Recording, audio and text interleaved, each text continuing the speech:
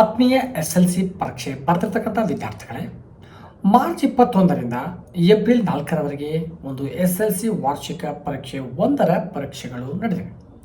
ಪರೀಕ್ಷೆ ಮುಕ್ತಾಯವಾದ ನಂತರ ಪರೀಕ್ಷಾ ಫಲಿತಾಂಶ ಯಾವಾಗ ಅಂತಕ್ಕಂಥದ್ರ ಬಗ್ಗೆ ಕುತೂಹಲ ವಿದ್ಯಾರ್ಥಿಗಳಲ್ಲಿ ಇರುತ್ತದೆ. ಹಾಗಾಗಿ ವಿದ್ಯಾರ್ಥಿಗಳು ಈ ವಿಡಿಯೋದಲ್ಲಿ ನಾವು ಸಂಪೂರ್ಣವಾಗಿ ಯಾವ ದಿನಾಂಕದಂದು SSLC ಪರೀಕ್ಷೆ ಫಲಿತಾಂಶ ಲಭ್ಯವಾಗುತ್ತದೆ ಎಂಬ ಮಾಹಿತಿಯನ್ನು ನೋಡ್ತಾ ಹೋಗೋಣ.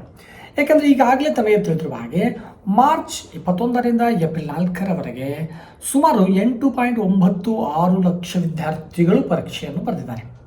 ಹಾಗಾಗಿ ಪರೀಕ್ಷೆ ಆದ ನಂತರ ಮೌಲ್ಯಮಾಪನ ಪ್ರಕ್ರಿಯೆ ಯಾವಾಗ ಪ್ರಾರಂಭವಾಗುತ್ತದೆ ಅಂದರೆ ಏಪ್ರಿಲ್ 15ರಿಂದ ಮೌಲ್ಯಮಾಪನ ಪ್ರಕ್ರಿಯೆ ರಾಜ್ಯಾದ್ಯಂತ ಎಲ್ಲ ಜಿಲ್ಲಾ ಕೇಂದ್ರಗಳಲ್ಲಿ ಸುಮಾರು 240ಕ್ಕೂ ಹೆಚ್ಚು ಕೇಂದ್ರಗಳಲ್ಲಿ ಮೌಲ್ಯಮಾಪನ ನಡೆಯುತ್ತದೆ.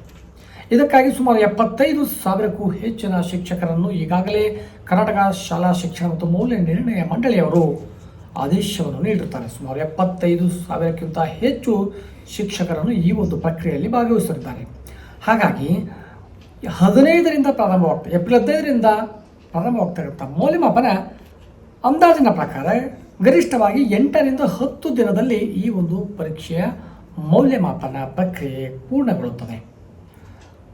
15 ಅಂದರೆ 25ರ ಒಳಗಡೆ ಎಲ್ಲ ಮೌಲ್ಯಮಾಪನ ಪ್ರಕ್ರಿಯೆ ಮುಗಿಯುತ್ತದೆ ಅಂತಕ್ಕಂಥದ್ದು ಒಂದಾದರೆ, ಮೌಲ್ಯಮಾಪನ ಮಾಡಿದ ನಂತರವೇ ಆಯಾ ದಿನಗಳಂತೆ ಆಯಾ ಶಿಕ್ಷಕರುಗಳೇ ಆ ವಿದ್ಯಾರ್ಥಿಗಳು ಪಡೆದಿರತಕ್ಕಂಥ ಅಂಕಗಳನ್ನು ಒಂದು ಕಂಪ್ಯೂಟರ್ನಲ್ಲಿ ದಾಖಲಿಸುತ್ತಾರೆ.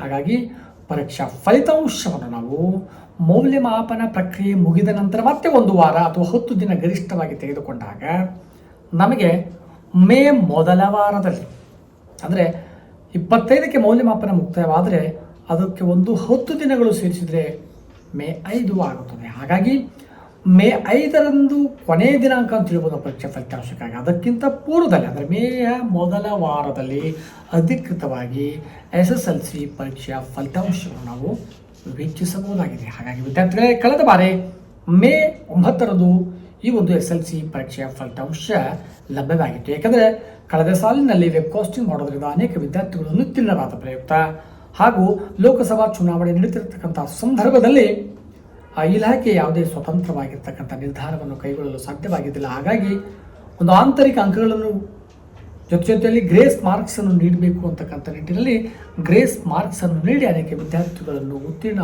ಆಗುವ ಹಾಗೆ ಮಾಡಿದ್ದಾರೆ. ಹಾಗಾಗಿ ಕಳೆದ ಬಾರಿ ಈ ಒಂದು ಫಲಿತಾಂಶ ಸ್ವಲ್ಪ ವಿಳಂಬವಾಗಿತ್ತು. ಆದರೆ ಪ್ರಸ್ತುತ ಸಾಲಿನಲ್ಲಿ ಪರೀಕ್ಷಾ ಒಂದು ಮೌಲ್ಯಮಾಪನ ಪ್ರಕ್ರಿಯೆ ಮುಗಿದ ನಂತರ ಗರಿಷ್ಠವಾಗಿ 8ರಿಂದ 10 ದಿನದಲ್ಲಿ ಪರೀಕ್ಷಾ ಫಲಿತಾಂಶವನ್ನು ನಾವು ನಿರೀಕ್ಷಿಸಬಹುದಾಗಿದೆ. ಹಾಗಾಗಿ ವಿದ್ಯಾರ್ಥಿಗಳೇ, ಮೇ ಮೊದಲ ವಾರದಲ್ಲಿ ಈ ಒಂದು SSLC ಪರೀಕ್ಷೆ 1ರ ಫಲಿತಾಂಶ ಪ್ರಕಟವಾಗುವುದು ಅಂತಕ್ಕಂಥ ನಿರೀಕ್ಷೆ ಇದೆ. ಹಾಗಾಗಿ ಮೇ ಮೊದಲ ವಾರದವರೆಗೂ ನಾವು ಪರೀಕ್ಷೆ ಫಲಿತಾಂಶಕ್ಕಾಗಿ ಕಾಯೋಣ. ಧನ್ಯವಾದಗಳು.